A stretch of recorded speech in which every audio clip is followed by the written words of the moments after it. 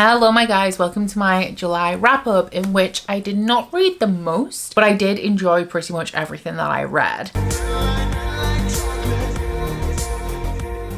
In July, I knew that I wasn't going to read as much as what is typical for me. July was not my worst reading month of the year. I think in terms of the 7 that we've had so far, it comes in like third from the bottom. So definitely not my best, but it was something that was expected as I was away for 12 days in the middle of July.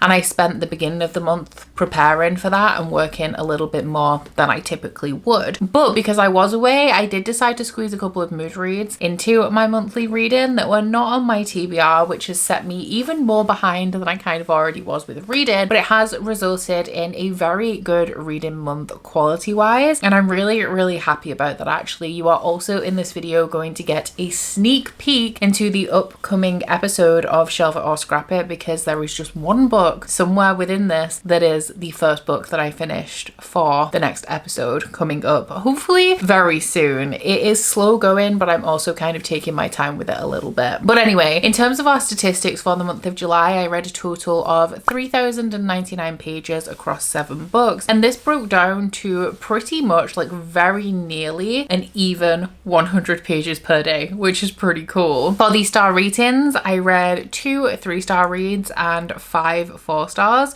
breaking down to a pretty great average of 3.71 stars per book. For the demographics, I read 1 young adult book, 1 new adult, and 5 adult. For the formats, I read 3 standardly formatted novels, 2 ebooks, I listened to 1 audiobook, and I also read 1 arc. For the genres, I read 3 fantasy romance, 2 fantasy, 1 romance, and 1 sci-fi, which is actually very similar, almost exactly to the genres that I read in June as well. And finally, for the places that I sourced these books from, unfortunately only 2 of them were from my own TBR that existed prior to the start of 2025. 1 was from Audible, 1 is a book that I've hauled this year, 1 was from Libby, and 1 was from Kindle Unlimited, so not really drawing a great deal on my own TBR this month. But the first book that I read was very much from my own TBR, and that was Sunbringer by Hannah Kaner, which is book 2 in the Fallen Gods trilogy, I wanted to say. Yes, indeedy. This one is the sequel to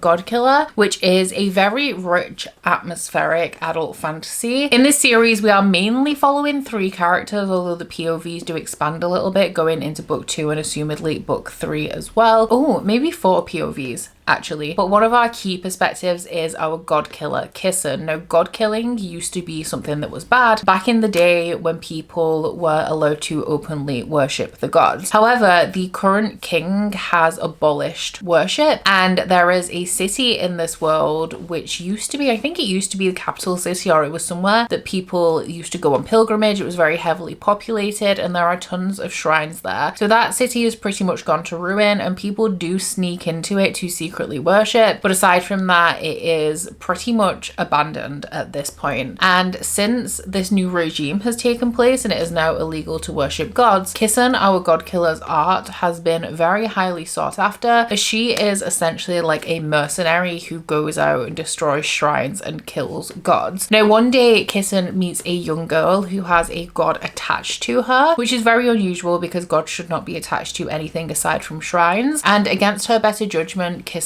agrees to take this girl to this abandoned city to see if they can solve the problem of why this god is attached to this little girl and how they can be separated without harming both of them. We do have another key perspective in here as well, who is Elogast. He is a knight and he is also a very close friend to the king. However, since worship was abolished, Elo has retired because he does not necessarily believe that banning worship is the way forward, even though there were a lot of problems in the world before the gods were overthrown. And so he has retired to a quiet life as a baker. However, his friend the king approaches him with a very rare health problem, and Elo also has to journey to this city to see if he can solve the king's problem and restore his health. And along the way, he meets up with Kissen and the little girl Inara and ends up kind of like accompanying them on their mission while he's also trying to achieve achieve his own. Now, we get a few extra perspectives in this one as we unraveled some of, not necessarily the mysteries of this world at the end of book one, but we did have some revelations that opened up the perspective of the series a little bit, and that allowed us to include some more perspectives in book two that I understand their inclusion, but I do not necessarily love their inclusion. They're not some of my favorite characters of the series. The strength of this series is definitely within Hanakina's world building. It's an interesting one because I definitely like my worlds to be as expansive as possible, and obviously for adult fantasy books that I've already said like are rich in world building, these are quite short, but Hanakina packs a lot into a small amount of words, which is actually quite masterful because this is not the most expansive world that I've ever read, but it does not feel like there are any obvious gaps in it or that it lacks any depth because of the like page count of these books. I feel like she does a very good job at being concise but also thorough within the world building, and then her writing style does really lend to this rich atmosphere that helps to, I guess, support that world building in a way. I did struggle with Sunbringer a little bit more than I did Godkiller. I gave it like a low 4-star rating, I believe, because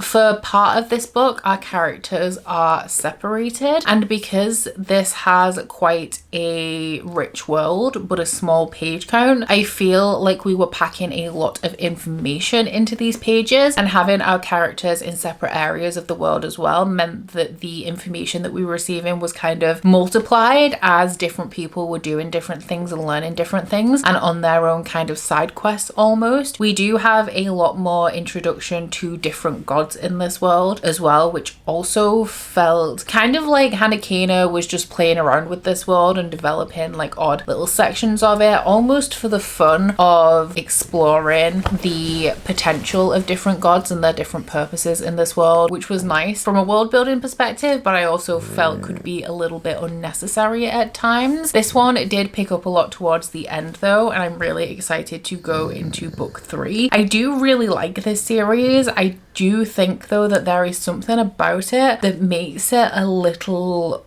unmemorable to me. Like the only thing that I kind of leave this book with is a appreciation for the writing and the world building. In terms of the characters and the plot, like I enjoy them, but I feel like they're lacking in some way that I can't articulate. Like I can't tell you why. I'm not especially attached to the characters in here, and I'm not completely invested in the plot. I just know that that's not my takeaway from any of the books in this series so far. I then read an arc of an early July release, which was Terror at the Gates by Scarlett St. Clair. This was actually one of my favorite books of the month, and it remained my favorite book of the month until the very, very end when something just about beat it. But this one is Scarlett St. Clair's brand new release. It is an urban fantasy, and I feel like it's a very good blend of more modern urban fantasy, things like Crescent City, and also staple series of the genre like the Fever series by Karen Marie Moning. It has like a much more modern lean to it, but in a way that is still very reminiscent of the hallmarks of the genre, which I think is really cool, especially for people who are big fans of urban fantasy, which I'm not in the classic sense. There's only a couple of series I enjoy, but I do love, we all know I love Crescent City, or at least book one. But this one also heavily features religious trauma. It is set in this fictional city that is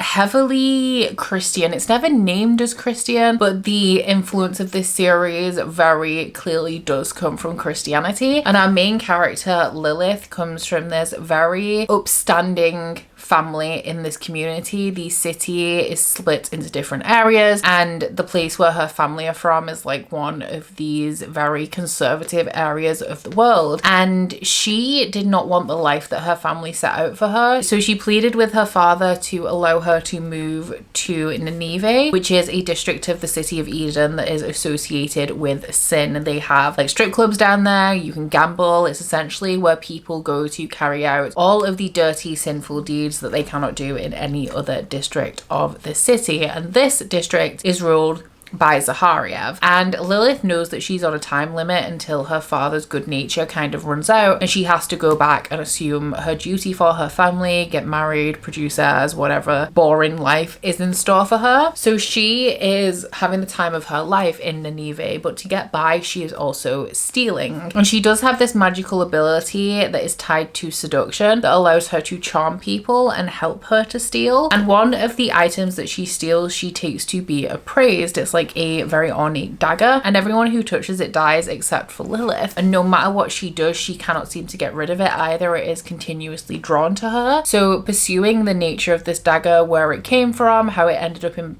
the possession of the person who she stole it from, and what it symbolizes, draws her into this more intricate web of corruption in the church than she previously was aware of, even though from her own personal experience she was very aware of how corrupt the church could be. So like I said, this does deal heavily with religious trauma, also like sexual assault, sexual abuse of a child specifically, but also just in general. I ended up giving this one 4 stars. I had a great time with it. Like all of Scarlett St. Clair books, it was compulsively readable, but there was something about the atmosphere and the setting of this in this district of Nineveh that I really enjoyed. As somebody who's not the biggest fan of classic urban fantasy, I do feel like there is something about the modern iterations of the genre that I am particularly drawn to. I do feel like when we talk about the staples of the genre, the heroines of each book are pretty much carbon copies of each other in my experience. They all have very similar traits, and I feel like because of the time period that they were written in, it's not exactly a accurate or believable representation of women in 2025. So I feel like when you have that same kind of vibe, the same kind of story, the same kind of setting, but with more of a modern representation of women, I end up really enjoying it, and it was definitely true for Terror at the Gates. I am somebody who is also not religious. I grew up as a Catholic. I went to Catholic school, but not in a strictly religious household or anything. So I do know a lot about religion and a lot about Christianity. But as somebody who has chosen not to believe in it, I do actually really like reading books that critique religion a little bit. So I appreciated the discourse we had on the religion in this book, which, like I said, is never named as Christianity, but it's pretty clear to me that that is what it is standing in for, especially like with the names Lilith and Eden. Like we're definitely falling into that kind of monotheistic, like heaven and hell type of religion that is still very present in modern society. I also really enjoyed the romance in here. As you guys know, I am a sucker for the he falls first trope, and there is something about, it's usually like, you know, the big bad guy, the one that everyone's a little bit scared of, a little bit intimidated by, but they turn to putty around the female main character and will kind of do whatever she wants them to, but she would never ask because she's completely oblivious to the fact that like the guy has fallen for her. That is very much the dynamic that we have in Terror at the Gates. The ending of this was pretty dynamic. I feel like it did play out a little bit too fast, but based on the plot reveals that we had, I am very intrigued to see where the plot of this series goes in the future. I just actually remembered one very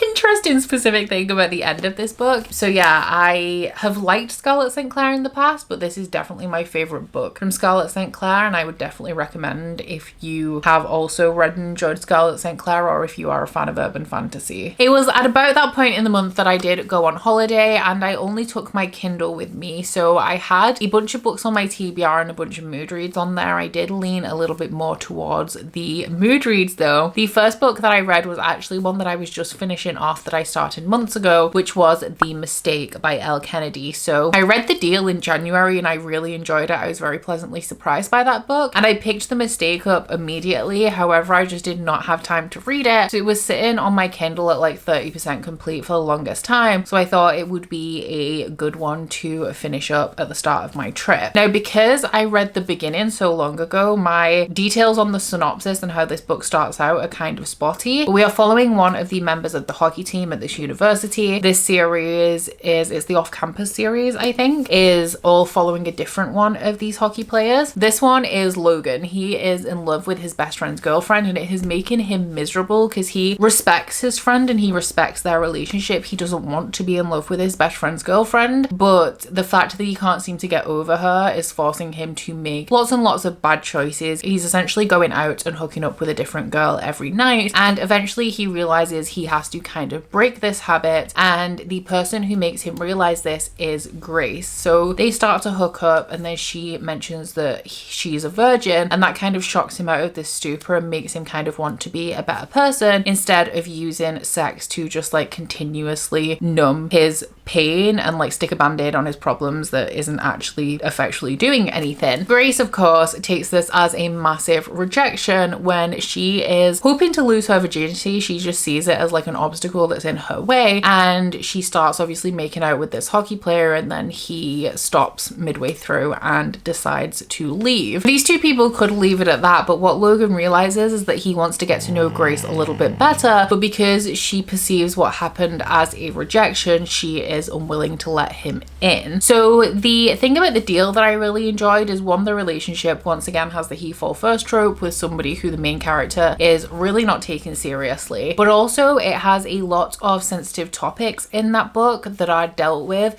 very, very well, much better than I expected from a new adult romance that was published like 10 years ago. The Mistake once again does deal with some heavier topics. This one mainly deals with like alcoholism and also I guess like guilt and obligation regarding family members and having a not ideal relationship with your family but still feeling like a lot of love and obligation towards them. Once again dealt with pretty well in my opinion, which I do like when romances deal with more serious topics, because I feel like it adds just a little bit more substance to a story about just like two people meeting and falling in love. Like having to overcome personal obstacles for their own personal character development and then growing as a couple is a theme that I do really enjoy in romance, so I'm enjoying this series for that. I didn't enjoy The Mistake as much as The Deal though. I don't think that there is any specific reason why, other than I didn't connect to the couple as much. It could be because I read the first 30% of this book months ago and I've just kind of jumped back into it expecting to seamlessly pick up where I left off, but I do think that with The Deal featuring like the he falls first trope executed in a way that I really love, it was always going to be one of my favorite books in this series. Obviously I don't know what the future holds for this series, and I do aim to continue, but I feel like The Deal is a tough act to follow, and so I gave The Mistake 3 stars. The next book that I read was actually one of my most anticipated releases of 2025, and in that regard it did disappoint me slightly, but I still enjoyed it overall, and that was Rebel Witch by Kristen Cicerelli. So this one is the sequel to The Crimson Moth, or Heartless Hunter as it was published as in the US, and it is a YA fantasy romance. I feel like it's more transitionary, like a more of a new adult kind of series, I guess, but it is set in a world where witches used to rule, and within our main character's lifetime they had been overthrown because they were abusing their power and starting to oppress people and use their powers to hurt people. So this group of witch hunters rose up, and now they are hunting down and executing any last witches they can find. Meanwhile, they're kind of reinstating a regime that is not too different to the one that the witches were upholding, just without any magic. So it is a very imbalanced world, and our main character Rune is a witch. She did not know that she was a witch at the time that this kind of like revolution started, but since she has come into her powers, she has dedicated her life to trying to save witches from execution, and she is trying to save a witch who was a friend to her grandmother called Seraphine. Now unfortunately Seraphine, or Seraphina, it might be Seraphina, has been captured by the witch hunters, and so Rune takes it upon herself to start fake dating the leader of the witch hunters, Gideon Sharp, to try and get information about Seraphina's location. On the flip side of that, Gideon and the rest of the witch hunters have been trying to find this vigilante figure called the Crimson Moth, who is Rune, and one of his friends tips him off that Rune would be a good contender for this vigilante figure. So when she starts to express interest in him to gain information, he starts to reciprocate to hopefully figure out if she is the Crimson Moth that they have been hunting all along. So book 1 was one of my favorite books of last year, so I was obviously eagerly anticipating book 2. However, I had heard a lot of not great things about it, so I went into it kind of open to love it, like I loved book 1, but also knowing that the general consensus on this book is that it wasn't quite as good. And I do agree with all of the complaints that I've seen about Rebel Witch, but I did still enjoy it very much. I gave it 4 stars. Book 1 Crimson Moth was a 5-star read for me, so it obviously didn't quite hit those heights. But I do definitely see the issues with book 2. I don't think though that they are incredibly surprising coming off the back of book 1. So the focus of book 2, when you get straight into it actually dives straight back into this romantic relationship that these main characters have, even though they should, or I assumed that there would be a degree of separation, a period of separation between them at the beginning of this book, given how book 1 ended. But we kind of jump right back into this messy, angsty dynamic of these two, which is even more messy and angsty because they now know a lot more about each other than they did at the start of the series. So something that I really enjoyed about this is that it jumps straight back into the enemies to lovers kind of situation with the sexual tension of wanting to be together or like perceiving some kind of attraction there when they know that they shouldn't be drawn to each other, which of course was a theme throughout book 1 as well, as they were circling each other for the purpose of like gaining information but actually accidentally drawing closer at the same time. We also had like a weird Titanic section of book 2 where they're on a boat, and I felt like some of the scenes were very clearly an homage to Titanic, which was kind of fun and also like a little bit interesting. But where this series starts to fall apart is when it starts to become a little bit more plot heavy, especially within the pacing of the plot, which is very, very choppy. There are big chunks of time cut out, there are like traveling scenes are all cut out, you will skip weeks between scenes, and after we've kind of got our characters in the first like 30 to 40% of the book in the places where they need to be to really start accelerating the plot, we then just start jumping from place to place and plot point to plot point and resolving them and moving on with just like a little bit of extra like romance or character development going on alongside that. Now that was obviously not ideal, and I do feel like it is a big reason why a lot of people didn't love this book as much. However, I don't think it was entirely unexpected, because I did say my main, or I guess only, criticism of book 1 is that the ending was a little bit chaotic, a little bit all over the place, and felt very rushed, and like your attention was being pulled in 25 directions, which as we reach the culmination of the series, because this is just a duology, that obviously did happen again, but for a much longer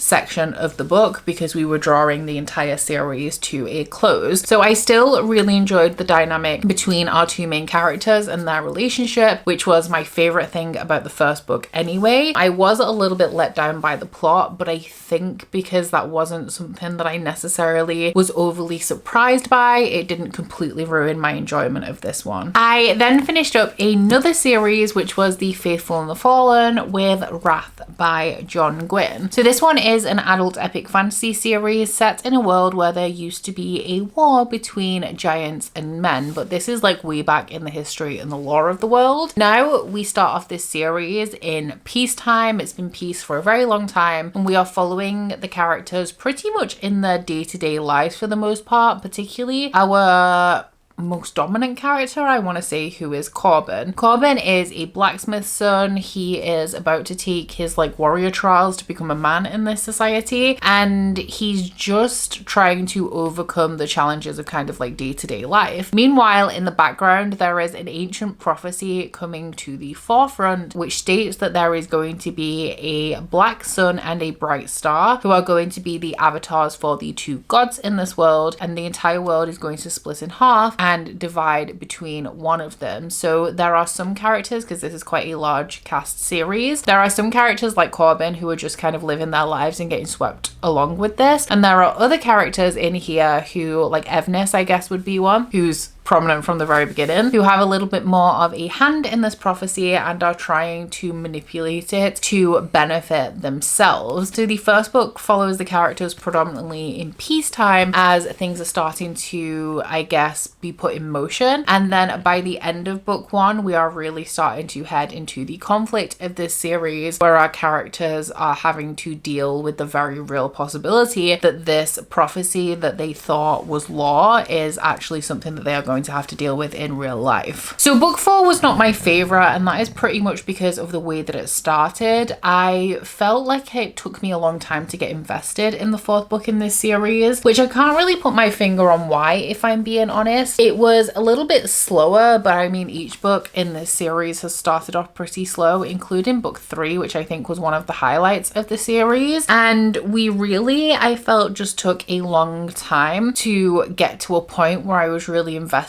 in what was going on in this one. So for the longest time, this one actually felt like a 3-star because of my just general disinterest, which was so weird as well because I felt so connected to the plot and the characters for the majority of my time throughout this series. However, and I am saying this as somebody who does not traditionally like fight scenes, when we got into the main battle of this book, which was roughly, I want to say, the last 150 to 200 pages, the fight scenes were so epic and so cinematic that it redeemed this entire book for me. I don't even think that this is my least favorite book in the series now, because of how much I thoroughly enjoyed the final battles of this series. We had characters who were kind of pursuing their own individual revenge plots, so we had a lot of moments of like high action, high emotion as we were resolving all of these individual character arcs within the confines of this great battle. I also think that the pacing and the flow of it was done really well, with a lot of like peaks and highs and low points for all of the parties involved, and unexpected elements kind of coming out of nowhere at various points throughout the battle as a whole, like from a zoomed out perspective, as well also following these like little individual character tableaus as they play out within this greater conflict. So not the best book in the series by any means, but damn does John Gwynne know how to write a fight scene. The entire end of this book blew my mind and was just so enjoyable and engaging to read, which, as I said, is not something that I typically feel when I'm reading fight scenes in fantasy. Something that I did not love though about how this book ended is that it felt very open. Like all of the main characters that make it through to the end of this book, they're all going on to do something interesting. Like some of them are only just beginning to explore things that I feel like were hinted at in book 2 of this series. So I feel like it doesn't feel final. Like it feels like there is more to explore with these characters. And I definitely think that I would have enjoyed it if this series was kind of like the Realm of the Eldlings. You know how you visit the same characters at different points in time throughout different series within the Realm of the Eldlings. Whereas while I know there is a spin-off series to this, it is set, I think, 150 years in the future. So the majority of the characters that we follow in this one are not alive. They're not going to be a part of the next series, even though I am assuming that their legacy is going to live on. So considering I knew that we weren't going to pick up with these characters in the immediate future, I would have liked the ending to have wrapped some of their more personal storylines up a little bit more, or I guess not set them up for such a promising future that we're not gonna see on page. My favorite book of the month was Broken Souls and Bones by LJ Andrews. I was hoping that I would enjoy this one, but I did not know that I would enjoy it so much. So this one is a Norse inspired romantasy story following a young woman who has a magical ability that is highly sought after. So the magic system is the thing that I actually enjoyed the least within this book, because I found it to be a little bit wishy-washy and confusing, and I couldn't really gain a good understanding of how it works. But to give you guys the basics, there are 3 different types of crafters. There are bone crafters, blood crafters, and soul crafters. And then there is our main character, who is the Meldder, who has a little bit of all of those powers combined, and only one Meldder is born per generation, and this ability is very highly sought after by the king. So she has been in hiding hiding her whole life. And one day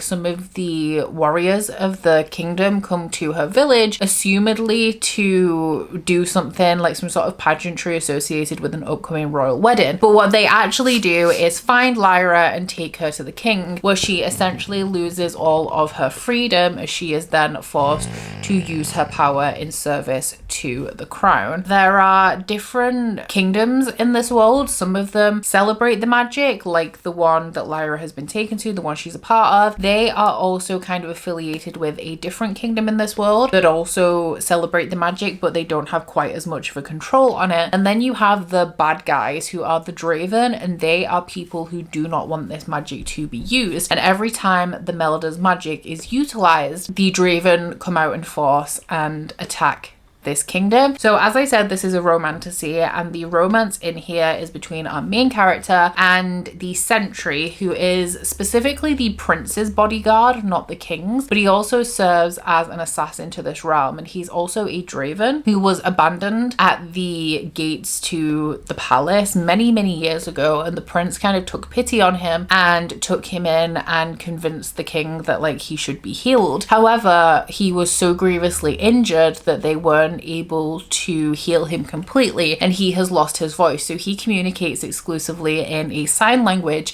that the prince helped him to learn and develop from some like old books that they found. So I thought that that representation was really cool to see in here, as the main character very quickly has to learn his language, his sign language, to be able to communicate with him. It is rare. I mean, it's happened twice in this video where I have enjoyed the romance in a book, once with Terror at the Gates and once with Broken Souls and Bows, but generally it is rare these days when I'm picking up romantasy or just contemporary romance, especially hyped ones. It's rare for me to connect with the romance in a way that I used to, where I'm actually rooting for it and the romance is my favorite thing about the book. I adored the romance in here. I do very much like a bodyguard romance, and I think that my love of that kind of romance stems from the early days of Throne of Glass, because for the longest time I was like a die-hard Chaos stan, and I do love to see those kind of relationships. I also, as I've kind of discussed in this video, I like love interests that are kind of like the strong, stoic, silent types, the intimidating ones, the scary guys who are actually not all that scary when you get to know them. And that is even within contemporary romance, because we have like The Hating Game by Sally Thorne, which is my favorite contemporary romance of all time, The Love Hypothesis by Ali Hazelwood. All of these books have these very intimidating, scary men that are actually not all they appear to be when you get to know them. And the same was definitely true of Broken Souls and Bones, and it also very heavily leaned into the touch her and die trope, which I also can be a little bit partial to. Like I said, the magic system was not my favorite. I do feel like it could have done with a little bit more development. I feel like I was never quite clear what each type of magic wielder could do, and I feel like that is kind of intentional, as new magical abilities and new ways to utilize the magic on behalf of each crafter would come to the forefront of the story when it was necessary. So you start off by getting like a bit of an overview about the magic, but it doesn't fully explain, I guess, the bounds and the limits of each crafter's abilities. However, like halfway through the book, somebody will be grievously injured, or they will have an affliction that I don't know, like a bone crafter, because they're the most common ones in